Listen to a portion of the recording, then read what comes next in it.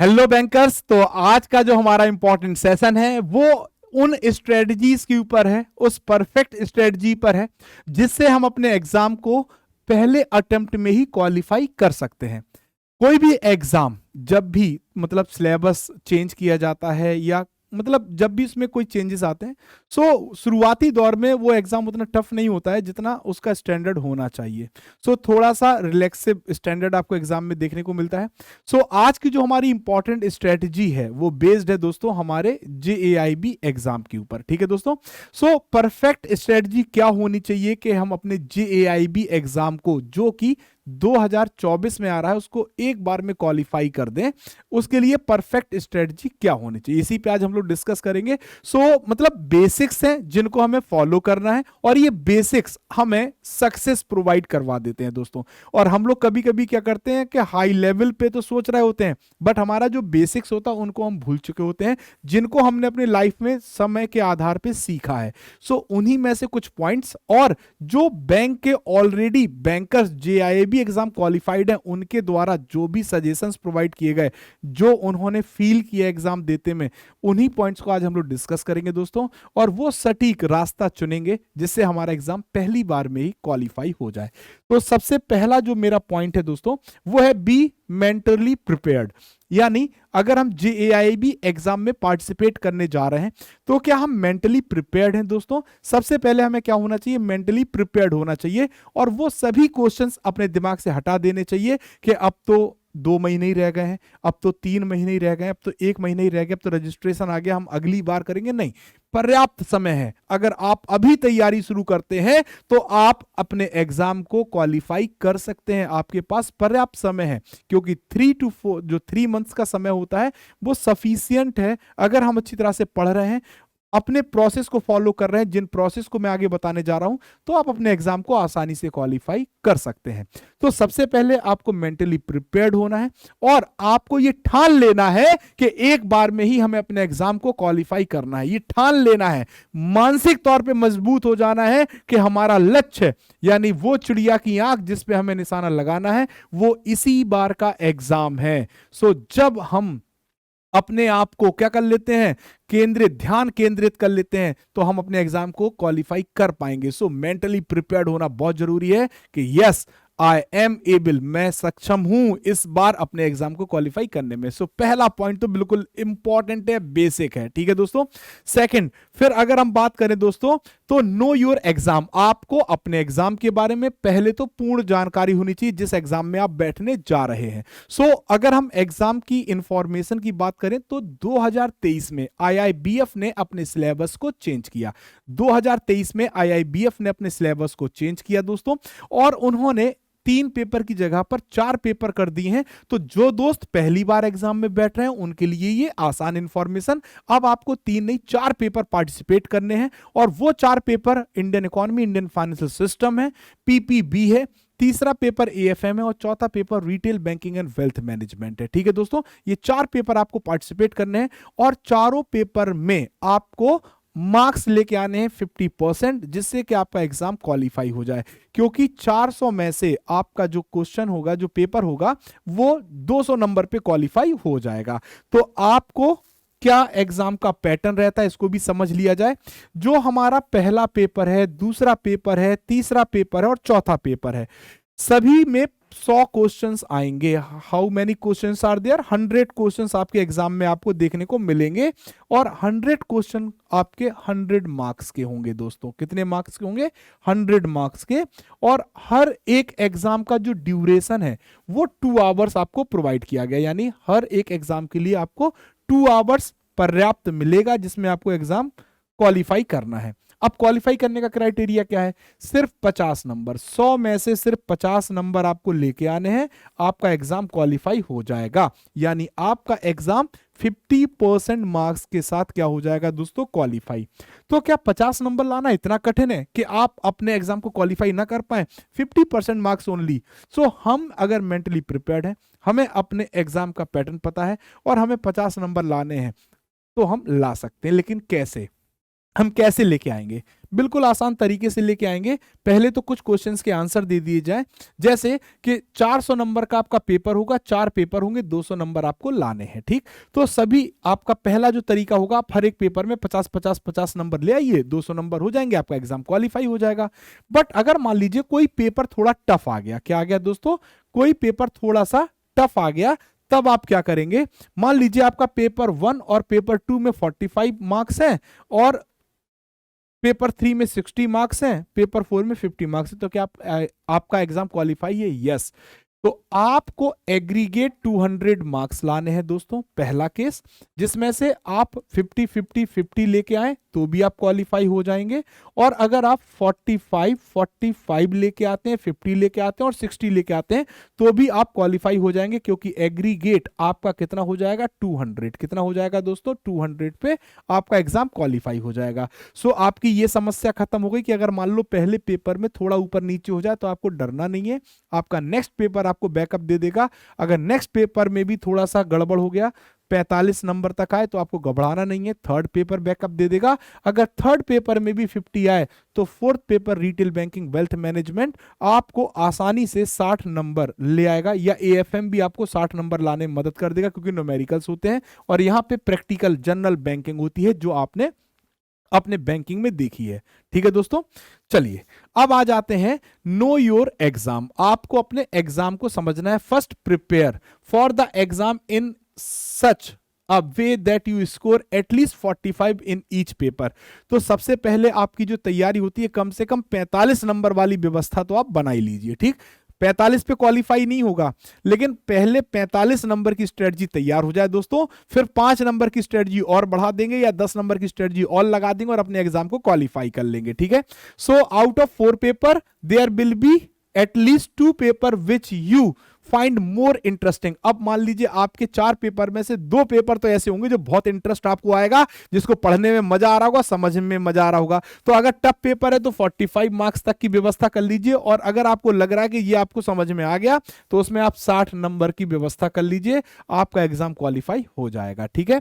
सो वही लिखा है, out of 4 papers there will be at least 2 paper which you find more interesting and easier than the other 2 papers. This may be different for different person. अब ऐसा नहीं है कि पहला पेपर दूसरा पेपर किसी के लिए कठिन है तो तीसरे चौथे व्यक्ति के लिए भी वही हो।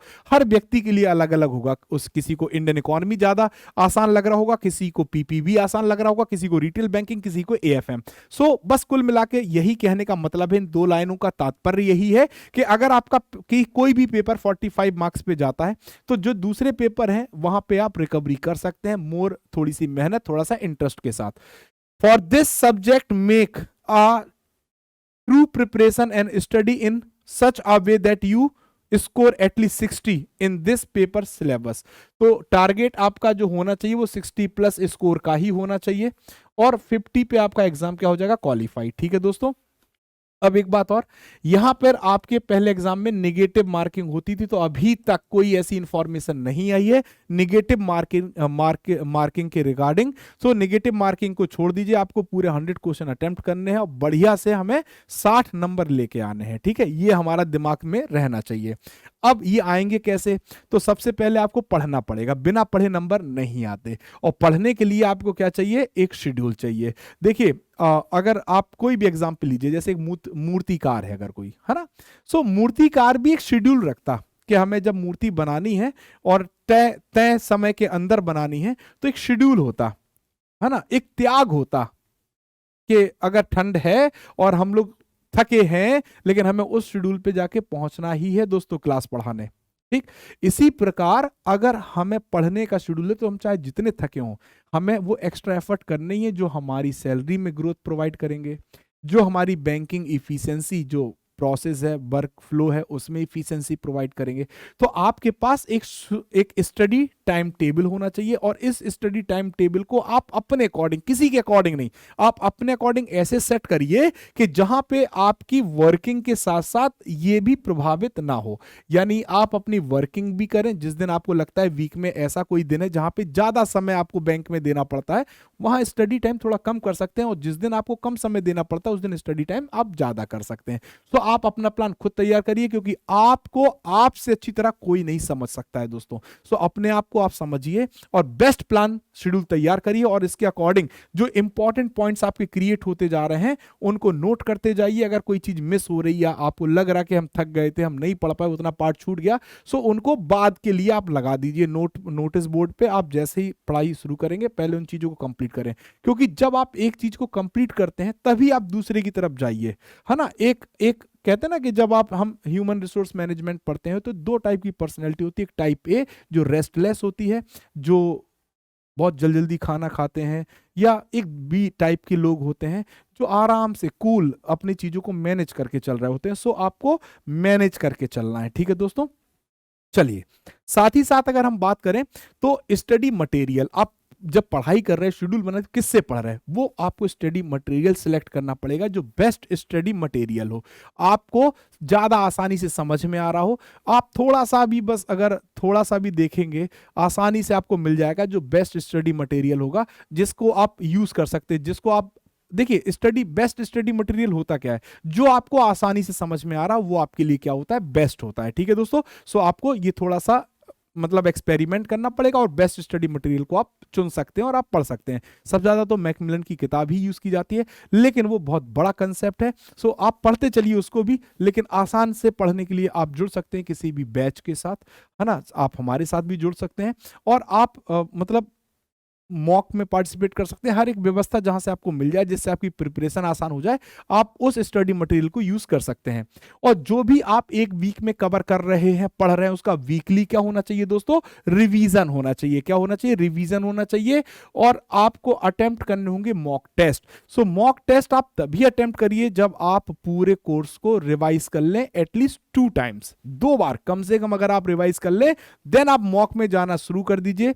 या आप दूसरा कंसेप्ट भी फॉलो कर सकते हैं, आप अपनी प्रिपरेशन के साथ साथ मॉक भी पार्टिसिपेट कर सकते हैं। तो जब हमने पढ़ा ही नहीं और मॉक पार्टिसिपेट कर रहे हैं, तो हमें फायदा क्या होगा, हमें यह फायदा होगा कि हमारी प्रिपरेशन की रेंज क्या हो, ये हमें पता चल जाएगा। कैसे क्वेश्चन एग्जाम में आते हैं, ये हमें पता चल जाएगा। सो जब हम अपनी तैयारी कर रहे होंगे, तो हम उन चीजों को ज्यादा अच्छी तरह हाईलाइट कर पाएंगे जो इंपॉर्टेंट पॉइंट्स हमें पढ़ते समय मिलेंगे। तो जब हम अपनी स्टडी को पढ़ते हैं, अपनी तैयारी को करते हैं, तो हमारे कंसेप्ट क्लियर हो जाते हैं। और JAIAB के एग्जाम में कंसेप्ट इज योर पावर। अगर आपके कंसेप्ट क्लियर हैं, तो आप एग्जाम को आसानी से क्वालिफाई कर सकते हैं, ठीक है दोस्तों।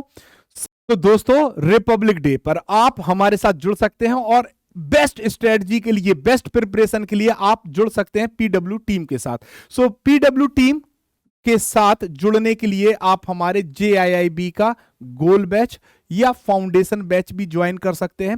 क्यों बता रहा हूं इन बैचेस के बारे में, रीजन है क्योंकि 26 जनवरी आ रही है, और दोस्तों इस 26 जनवरी पर आपको, यानी रिपब्लिक डे पर आपको मिल रहा है 60% फ्लैट डिस्काउंट। सो जो हमारा जाई फाउंडेशन बैच है, मात्र 1600 रुपए का आपको मिलेगा। और JIB फाउंडेशन बैच की अगर हम बात करें इंग्लिश मीडियम, तो ये भी 1600 यहां पे इंग्लिश मीडियम है। और जाइब गोल बैच जो कि कंसेप्ट प्लस क्वेश्चंस का बैच है, 2024 को टारगेट कर रहा है, मात्र 1600 रुपए का आपको पड़ेगा, ठीक है दोस्तों। और अगर आप वन स्टॉप सोल्यूशन में हमारे साथ जुड़ना चाहते हैं, हमारे महापैक के साथ, सो JIIB महापैक 1 ईयर सब्सक्रिप्शन आपको 3200 रुपए में मिलेगा दोस्तों, 8000 रुपए की बजाय। और JAIB महापैक जो कि 2 साल का सब्सक्रिप्शन के साथ है, आपको मात्र 4800 रुपए में मिलेगा, 12000 की जगह। तो आप जुड़ सकते हैं रिपब्लिक डे ऑफर के तहत हमारे साथ, और आप तैयारी कर सकते हैं बेस्ट वे में, बेस्ट टीम के साथ।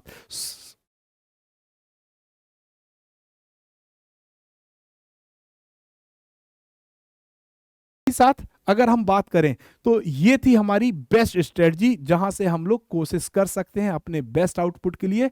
आई होप आप भी इसको फॉलो करेंगे और अपने एग्जाम को क्वालिफाई करेंगे, बिकॉज अभी भी आपके एग्जाम में 3 मंथ्स का टाइम है। सो 3 महीने का मतलब होता है 3 गुणे 30, हाउ मेनी डेज, 3 त्रिके 9, 90 दिन एटलीस्ट, है ना। और 90 दिन में अगर आप 24 आवर्स को मल्टीप्लाई करें, तो बहुत सारे घंटे होंगे। उसमें वर्किंग आवर को हटा दीजिए, अपनी लाइफ को, हम कह रहे हैं आप 90 डेज को सिर्फ और सिर्फ 3 आवर्स एवरेज से मल्टीप्लाई कर दीजिए, आपको उतना टाइम मिल जाएगा कि आपके चारों पेपर क्लियर कवर हो जाएंगे और आप क्लियर कर पाएंगे। So thank you very much. ये थी हमारी स्ट्रेटजी। आई होप आप सभी को समझ में आया होगा, अच्छा लगा होगा। Thank you very much.